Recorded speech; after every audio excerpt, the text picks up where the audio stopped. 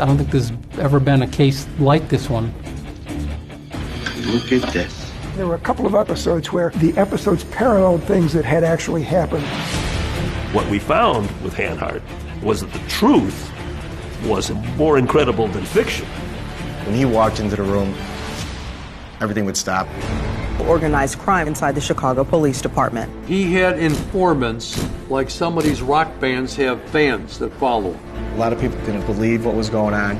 I knew about police corruption, but not at that level. An honored career in law enforcement is shattered.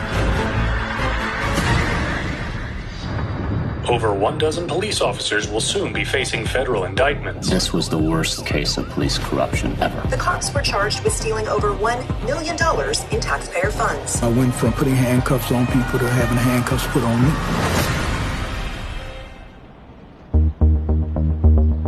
It's the third largest city in the country. With its dramatic skylines, Chicago is known for its deep dish pizza, loyal sports fans, and as a hub for cultivating A-list comedic talent. But the Windy City is also known for its diverse culture and 1920s gangsters. Being sort of a rough and tumble place back in the day, many of the ethnic groups that came to Chicago came from a sort of semi-feudal world. A lot of Chicagoans were comfortable with the breaking of laws that they found to be not very palatable or popular. Chicago's history of crime and corruption and the endless tug-of-war between reformers and criminals and corrupt politicians, it just provides an endless supply of human interest stories.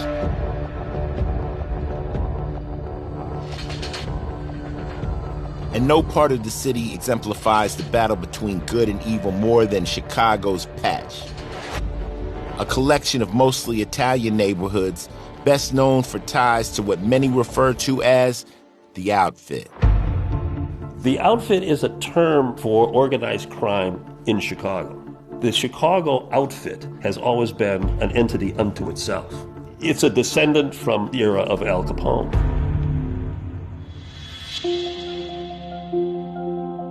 Inside the Patch, there's always been a fine line dividing cop from criminal and good from bad. In 1953, local native William Hanhart joins the Chicago PD and is assigned to the Patch. Policing the neighborhood he grew up in is a natural fit. Nobody knew detective work better than he did. Nobody. My name is Richard Brizek. I was a police officer with the Chicago Police Department. Down the hall from the chief's office was a unit called the Criminal Intelligence Unit. The lieutenant in charge of that unit was William A. Hanhart. He just had this magnetism to get people to tell him things, get people to do things for him. He had informants like some of these rock bands have fans that follow. Hanhart also has acolytes inside the department. One close confidant is fellow Patch native named Fred Pacente.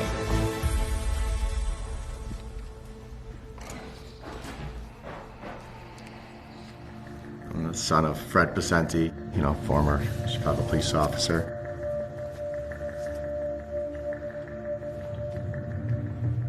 A lot of years with Mr. Bill Hanhart as a family member, friend, a lot of close interaction, a lot of fun, a lot of good times with Mr. Hanhart and my dad. With Mr. Hanhart, he was a policeman's policeman. When he walked into the room, he was the room. I mean, that was it. He didn't have to say nothing. Everything would stop, whether you're a police officer, whether you're an outfit, a thief, whatever it is, he got the respect just because of who he was. We're going by Smith Park, the Patch. My dad, he grew up around the area. They call it the old neighborhood.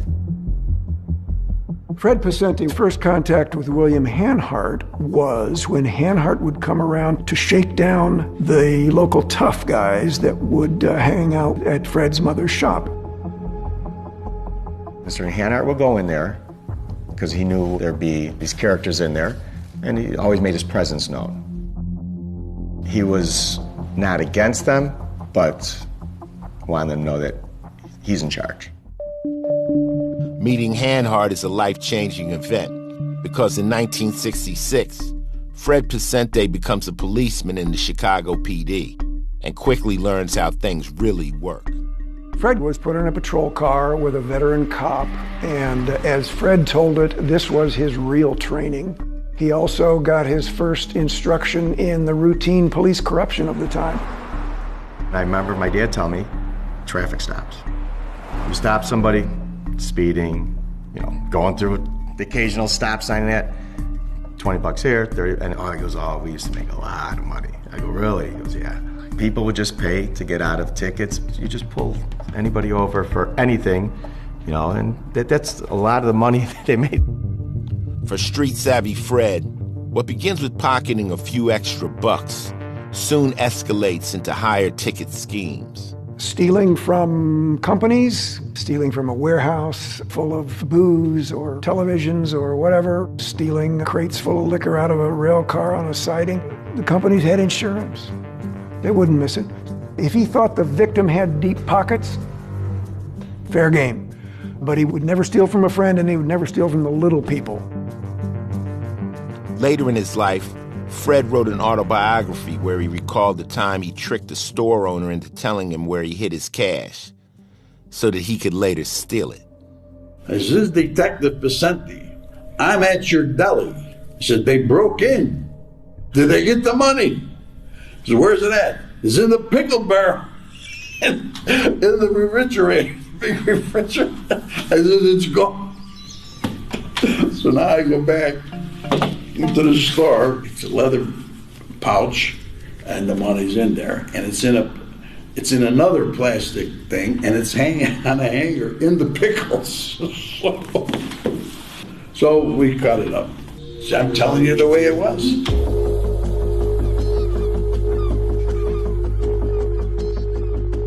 In the mid-1980s, after a few years on the job, Fred finally gets the transfer he's been waiting for and reconnects with William Hanhart, now the prestigious and powerful chief of detectives. My dad, after a few years on the job, wound up working right underneath Mr. Hanhart. That started a really close friendship from early on in my dad's career. I think the connection between Fred and William Hanhart was strong because they came out of the same community, the same culture, and I think that they just saw each other as kindred spirits and products of the same system. Hanhart took him under his wing as a protege. Fred looked up to Hanhart as an authority figure. Now under Hanhart's wing, Picente learns firsthand from the most celebrated cop in Chicago. But not everything is on the up and up. Fred begins to notice that Hanhart has his own set of rules. Fred told me about an instance once where they were breaking up a card game and they were arresting people, and Hanhart told Fred, I know him. So they didn't arrest him. You knew him, he didn't get arrested. So that's the way it worked.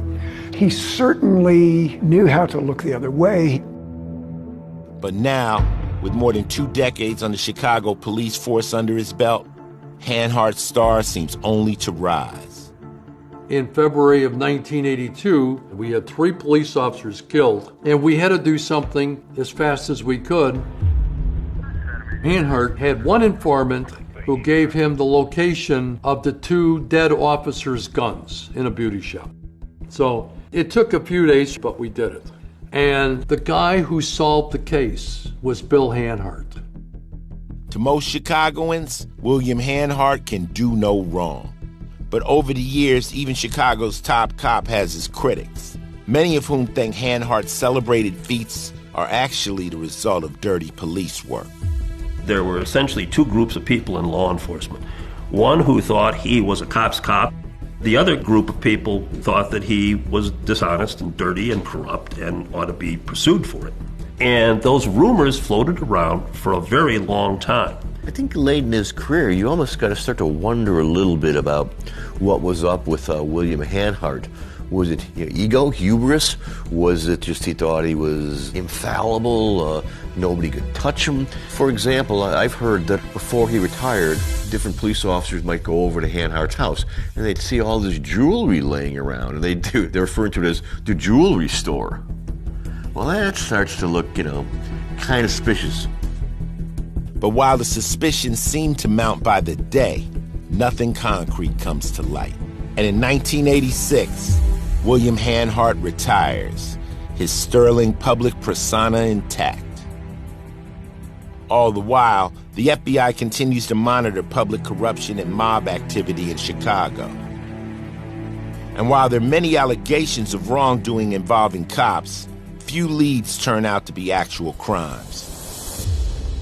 But in March of 1995, the chief of the FBI's organized crime unit gets a huge and credible tip about a multi-million-dollar jewelry theft ring.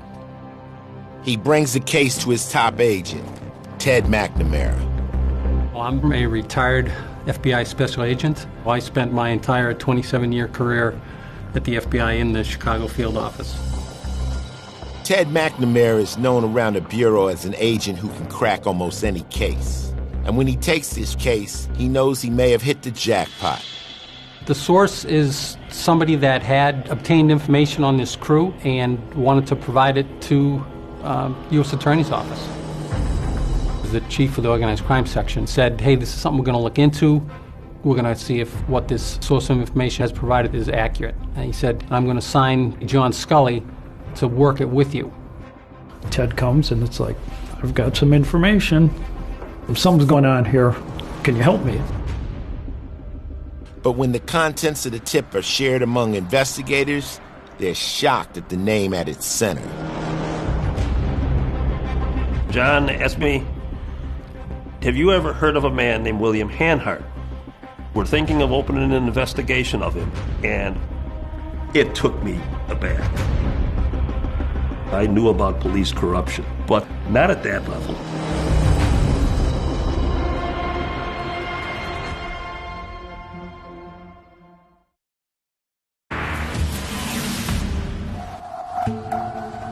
Chicago, 1995. Street crime is down. But the local FBI is busy looking into a shocking tip about a jewelry theft ring with a high-profile mastermind. For years, there'd been rumors about William Hanhart being dishonest, being corrupt. Now, he was solving cases, but there were also allegations that the reason he was able to solve a case is because he was being fed information from organized crime. And he simply responded by saying, look, I spend time with a lot of unsavory characters. That's how I do my job. You have to go where the evidence is. But while Hanhart's charm and charisma have always been able to put suspicions to bed, now there's a very real and shocking allegation that this well-known chief of detectives is involved in something illegal. It was kept very quiet because, one, everybody in the police department knew Hanhart. And in Chicago, you don't know who knows who. The investigation was definitely kept close to the vest. I mean, we had Chicago police officers sitting the next desk over from me. Going after a pillar of the Chicago PD is risky and requires solid proof. According to the informant, this group of at least 6 people have been robbing jewelry salesmen for years. But initially, there's only one solid tip to pursue. It was an AT&T calling card. Not many people use them today because of cell phones. They were used back then mostly from payphones or at your hotel room. You could dial in the code that's on your calling card and then dial the number that you want to call and make your call. According to the tipster, the thieves used this calling card to orchestrate the thefts. We got a grand jury subpoena for the AT&T calling card for records as far back as AT&T kept their records. When we did get them, it was probably a 6-foot stack of hard copy records. So we started to analyze that. And lo and behold, we see Hanhart's home phone number on the records. right away. So then we know we have something here.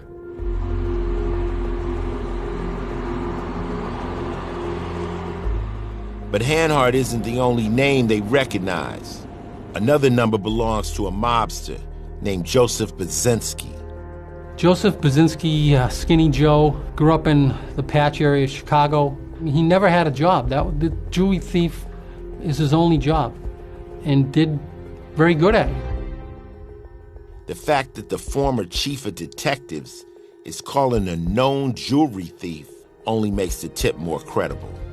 The information that the source provided was on the money, exact. So then when we met the confidential source and he's given us a list of thefts that he had heard this crew had been part of, I had no idea of the scale.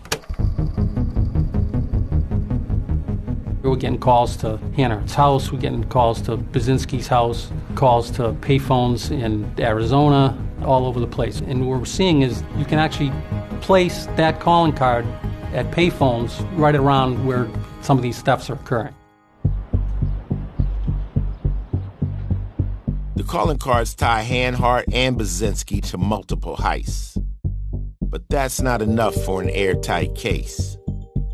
The thought was that we would need to do a wiretap to be able to catch these guys in the act of their conspiracy. In January of 1996, investigators get permission to set up a wiretap on Hanhart's home phone.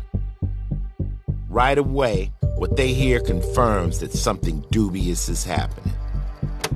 What we're picking up on the wiretap at that time, there would have been very frequent conversations with Joseph Baczynski.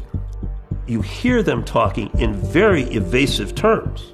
They're not talking like normal people just having a conversation. And so, this is, well, I've been watching that guy. Are you going to keep on watching him? Yes, I'll be watching him. What we discovered here ultimately pretty quickly is they were looking at a number of Jewish salesmen that were going to various places across the country, and they were surveilling them, and ultimately we found out that they were using all kinds of means to figure out who they were, where they were, what they might be carrying, and that they'd be able to then steal.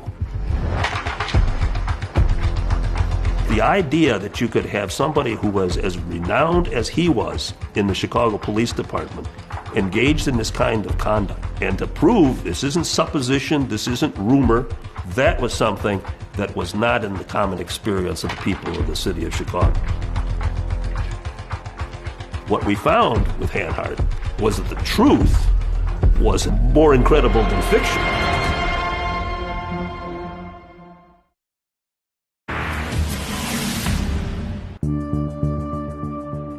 This crew, they're meticulous, everything is timed, they will wait till the best opportunity. Some of these jewelers had been victims of them several times, the same jeweler. In 1995, the FBI and U.S. Attorney's Office in Chicago are probing a high-stakes bling ring with ties to both the local police department and the mafia. But as part of their investigation, they've uncovered the involvement of an unlikely suspect, renowned Chicago police detective William Hanhart. For many insiders, the allegations seem too far-fetched to be true. A lot of people didn't believe it. A lot of people didn't believe what was going on just because of Mr. Hanhart's stature, his position in the police department. I don't know a lot of the specifics, I'll be honest with you, because I didn't want to know. I have one view of Mr. Hanhart in my head, and that's the way it stays. But as the evidence mounts against Hanhart, his fellow investigators press on. He would contact people in the police department and ask them for help in gaining and obtaining information about what turned out to be the jewelry salespeople that they were stalking to be robbed. We heard that Hanhart had more authority, even after he retired, to move people within the department than people within the department itself. And what makes Hanhart's involvement most surprising is his prior experience busting similar operations. Hanhart was an expert at this type of crime. He was one of the best, if not the best, in Chicago at catching burglars and violent individuals. But it appears from the evidence that we were able to gather that William Hanhart taught these criminals. He was the one who instructed them, directed them, organized them, and employed the concept that you could stalk these salesmen. William Hanhart is using information that he did use as a police officer, is now doing it to target jewelry salesmen.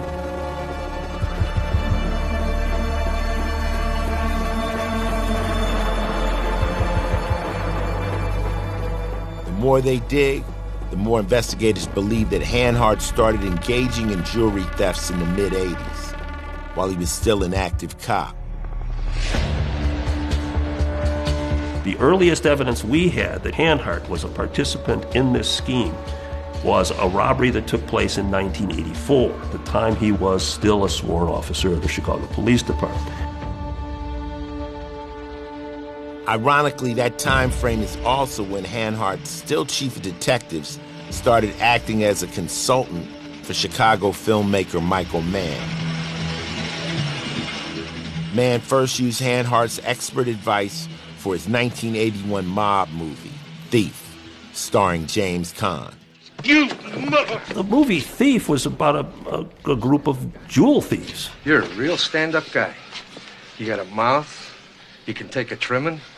And if you look at the people who played the parts, there were a lot of mob guys playing police and a lot of policemen playing mob guys. Thief is basically, it's his life, so it makes for a good movie, and it literally was a roadmap of how they operate. 5 years later, Mann and Hanhart worked together again on a TV series about the Las Vegas Mafia called Crime Story. Look at this. There were a couple of episodes where the episodes paralleled things that had actually happened in Hanhart's career. Treasury brought it to the Bureau. One of the themes in Crime Story was there's a conflict between the feds and the CPD. The way it's been explained to me by more than one Chicago cop is the feds are all college guys. You know, back in the day, cops were street guys, just like the crooks, and the feds were these, guys in three-piece suits coming in. What we were always almost intrigued by was trying to figure out whether the criminal activity came first and the movie afterwards, or the other way around. Did they engage in this criminal conduct?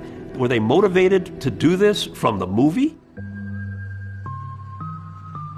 10 years later, those Hollywood storylines are being exposed as real-life crimes.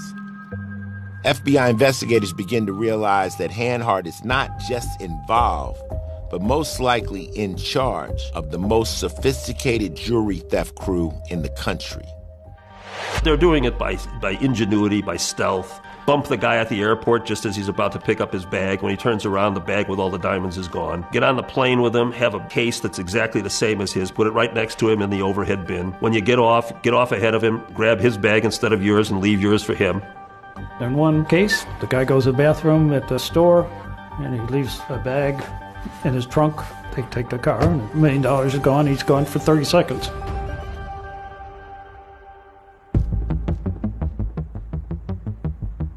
We did have one instance where there was a jewelry salesman who was robbed in his hotel room. And he was physically assaulted. He was hit over the head with a pistol. He was knocked to the floor. They pulled his jacket up over his head and took the jewels from around his waist.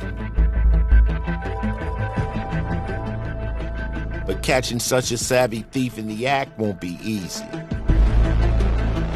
It was a constant battle. You had to be on top of your game all the time. We just need to get burned once and we're done. It's not enough to just have them talking about doing this. For a case to stick on this crew, you need to catch them in the act of doing it. We were kind of getting a little frustrated. Then after months of tracking the operation, investigators believe they finally have a break in the case. Unfortunately for the schemers, their pattern of robbing the same person twice came back to haunt them.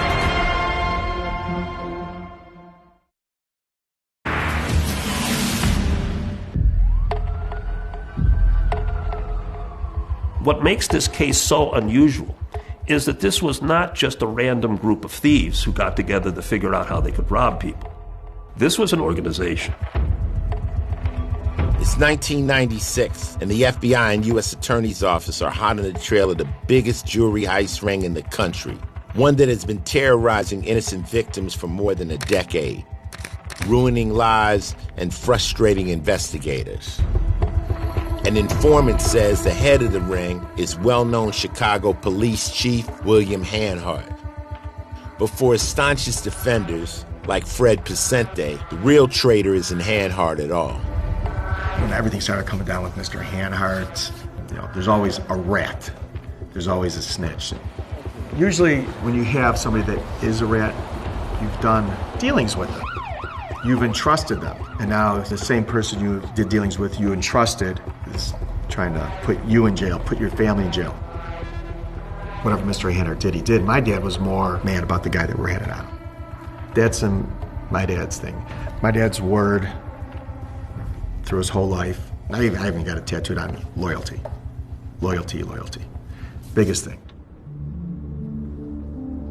FBI Detective Ted McNamara has a tough job of stopping the operation. But to catch Hanhart's crew, he'll need some help from the victims themselves. Ted went to an organization in New York. It's an association of jewelry salesmen. And what they did was they kept a record of their members who'd been robbed, where and when. And what he did was he overlaid the two maps. The map of the locations, times, and dates when the phone calls were being made with the robberies that occurred. And he was off to the races. The investigation becomes a game of cat and mouse.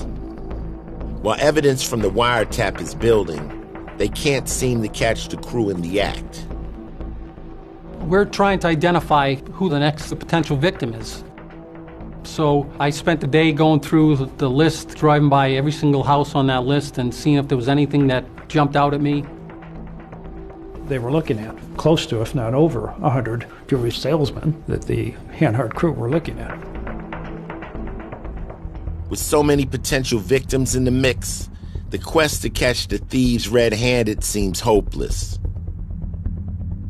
But then McNamara overhears something on the wire that kicks everything into high gear. One day, Ted is listening to the conversation, and Joseph Baczynski is telling Hanhart that the guy hasn't moved for several days. And in the course of that interchange between the two of them, they point out that the reason they're saying that is because the guy's got his car parked in front of his house, and his right front wheel is up on the curb. One of the most frequent victims is a salesman named Paul, who just happens to live along Agent McNamara's favorite jogging route. So I had planned to run by his house during my run and see if, was there anything there. And as I come by his house, in front of his house was his vehicle with his tire, the way it was parked, the right front tire was up on the curb. And I immediately knew that Paul was the guy that they were looking at because of conversations on the wire. It's giving me goosebumps right now because it was the most incredible thing. To have that interplay between what you're hearing on a wire and what you see in the physical world is just an incredible piece of evidence. We know that they're looking at Paul, so we wanted to get his cooperation to be part of our team. And he agreed he would just kind of run around, do some of his regular visits with some of the jewelry businesses. Little did Paul know he'd soon be the reason that this decades-old theft ring would come tumbling down. He didn't keep his watches at his house. He kept them at a bank right nearby. So we follow him to the bank, and there's Baczynski and Hanhart following him to the bank, watching him. It would almost be comedic if it wasn't so serious that here comes the salesman. Oh, here comes William Hanhart. And 5 seconds later, well, here comes the FBI. And it's like a parade going down the street. The FBI sets up a sting. They pick a restaurant parking lot where Paul often grabs lunch when he's in town on business. We told him to specifically park your car, in the lot, and then just walk into the restaurant like you normally would without your line with you. And he agreed to that. After a very short amount of time, Baczynski walks over to Paul's trunk, pops open his trunk, grabs the bag, he puts the case in the rent-a-car trunk and pulls away. Hanhart is sitting at the beginning of the lot, basically just doing counter surveillance, see if anything moves. They drive probably halfway down this long driveway. Baczynski stops the car, gets out, goes back to the trunk, opens the trunk, and just is lifting up the bag and basically testing how much it weighs. He's back in the car, and he's heading back towards Lachman's car. And we're like, we couldn't believe it. They pull back in, put it back in Paul's car.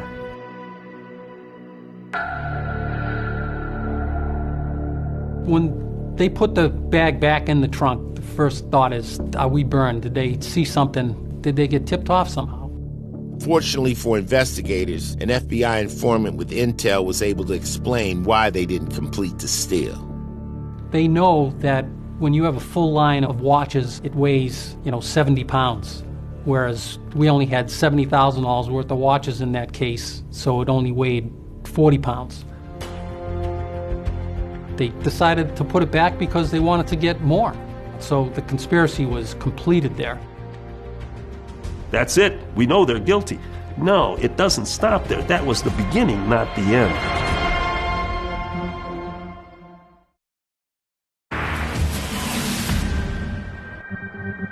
In 1996, the Chicago FBI stages a sting to bring down a jewelry theft ring that has been terrorizing dozens of innocent victims for over a decade. The ring was headed by former Chicago Police Chief of Detectives William Hanhart, whose shady dealings while wearing his badge and after retiring have been exposed. And it isn't pretty.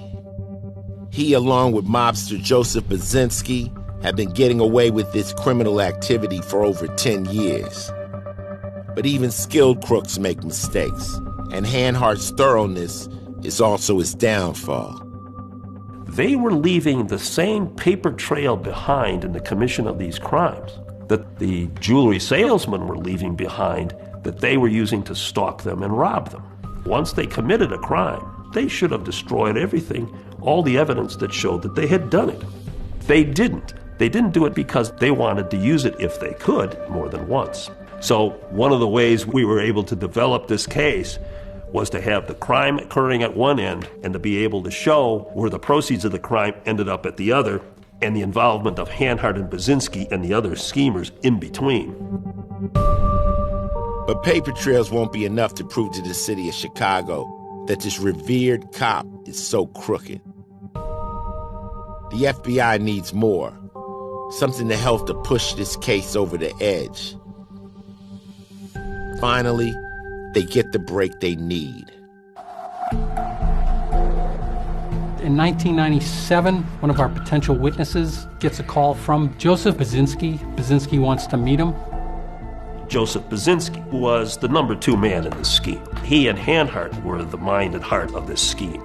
The potential witness tells Baczynski that there's an investigation of Hanhart. After learning that the feds are on to him, Baczynski gives his friend a briefcase to destroy. Instead, the friend turns it over to the FBI. In that briefcase was literally all of their files of all the jewelers. There was some stolen items, and there's the original printouts from Chicago Police Department from their license plate information. The FBI begins contacting Hanhart's inner circle, and former Chicago police officer Fred Pacente is high on their list. Knowing that Pacente is likely to remain loyal to Hanhart, investigators play hardball, threatening to charge him with an unrelated crime. So the FBI came to Fred with the evidence of the insurance fraud that he had participated in and said, "You're going to go away for a long time on this, but we might be able to help you. We want you to tell us about William Hanhart." You think my dad's going to say anything? Boy, are you asking the wrong fucking person. You might as well hang him. Whether he's 100% wrong, 100% right, he ain't saying shit. My dad goes, I'm guilty. You know, I did it. He goes, I'll do, whatever times, needed to be served or whatnot. Since Picente won't help the FBI, the search for more evidence continues. And at first, nothing happens. Then in 1998, more than a year after approaching Fred Picente, investigators catch another break in the case. They are gifted with truckloads of crucial documents when the nephew of one of the jury ring's members clears out his uncle's storage locker. More than 24 boxes, suitcases, briefcases, bags, including in a couple of instances, the actual bags that they had stolen from the people that they had robbed. And in those briefcases was just a massive amount of information, again, on other jewelers. The amount of key-cutting equipment that they had, it was mind-boggling. The documents prove beyond a shadow of a doubt that William Hanhart uses influence within the Chicago PD to commit crimes over and over again. And the bad behavior is even worse than the FBI had thought. They were using 6x9 cards to record this information about the people. Its name, address, date of birth, social security number, credit card numbers. That's what they were assembling and maintaining that showed the people that they had been surveilling, which turned out to be almost 100 salesmen over the years. The case, was kind of writing itself, and we decided that we were going to approach Hanhart with all the information we had. We told him the information that we had. We didn't offer any deals, because he knows that if he was willing to go forward and cooperate, then maybe there never would be an indictment. I went over to his house that night. I've never seen the man like that in my life. His whole body was shaking. And he gave me some preliminary information as to what had happened. He didn't make an admission, but he gave me enough information that the FBI did not stop him for nothing. And I even think that he told me that he had a built-in defense because he was doing some work for movie producers as a consultant, okay? And he was going to somehow work that in. I said, I can't believe what you're telling me. When you're sticking up jewelry salesmen, at some point you may have to make a choice. And somebody may lose their life, including yourself. Though Hanhart tries to talk his way out of the crimes, it's clear he's feeling the squeeze. A couple of days later, Hanhart's attorney delivers some unfortunate news. There may have been an attempted suicide by Mr. Hanhart. Here is the former chief of detectives who was held so highly, and now he's going to be facing charges. It just got to him. His attorney told us that there was not going to be any cooperation. Then we proceeded to prepare for the indictment. A lot of this is still very, very mysterious. Particularly, how did they get into this? Why did Hanhart stay in it? Why did he do it when he's a police officer?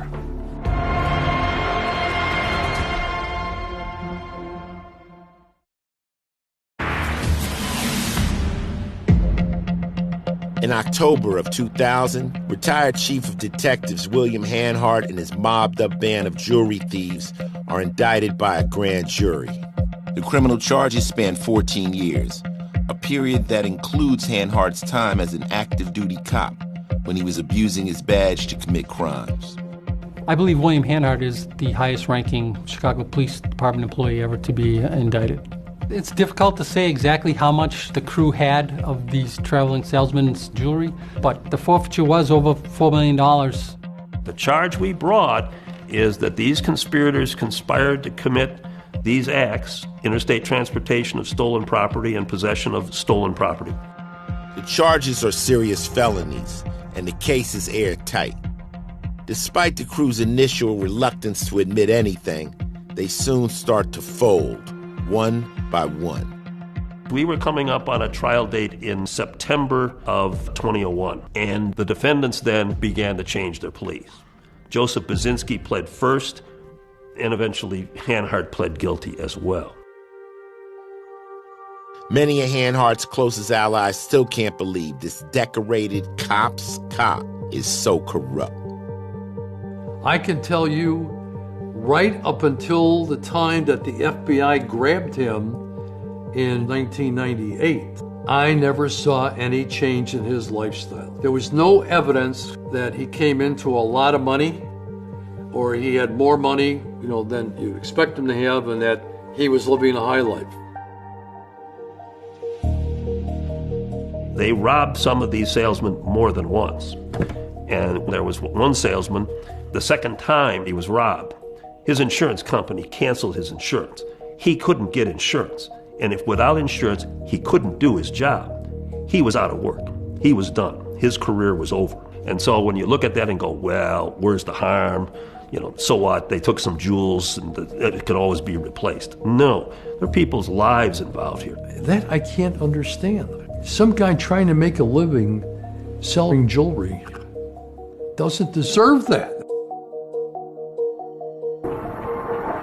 An honored career in law enforcement is shattered. William Hanhart, Chicago's former chief of detectives, enters a guilty plea, admitting he was the mastermind behind a jewel theft ring. For most onlookers, the real question lingers. How did someone who seemingly spent his entire career protecting the law start abusing his power, using his badge to commit crimes against the innocent? Even for a place like Chicago, it's very unusual. How the hell did this happen? When you think about his motive, what really went on in his head, I do not know. To this day, I cannot rationalize it. I felt so bad. I felt so bad for him. But here we're talking about street crime. Street crime, okay? The kind of stuff that we spent most of our lives fighting up against, okay? It was so incongruous that to this day, I cannot figure it out. Hanhart is sentenced to 12 years in prison, serves 10, and is released in 2013. 3 years later, he passes away at the age of 88. Hanhart's life story, the hero cop who turns to the dark side, is practically made for Hollywood. But how he is ultimately remembered depends on who you ask. We stand behind him as a family. We love our father very much. We're proud of him. We've always been very proud of him. He was a man of all men. He was that go-to guy. He was that family guy. He was that person where he had an answer. He was a terrific, he still is, a terrific man. But as far as why and the reasons and all that, I have absolutely no idea.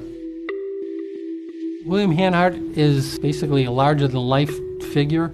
He had a reputation of being able to catch the bad guys and was extremely good at what he did.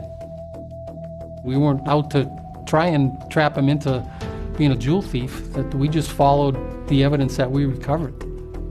I don't think there's ever been a case like this one.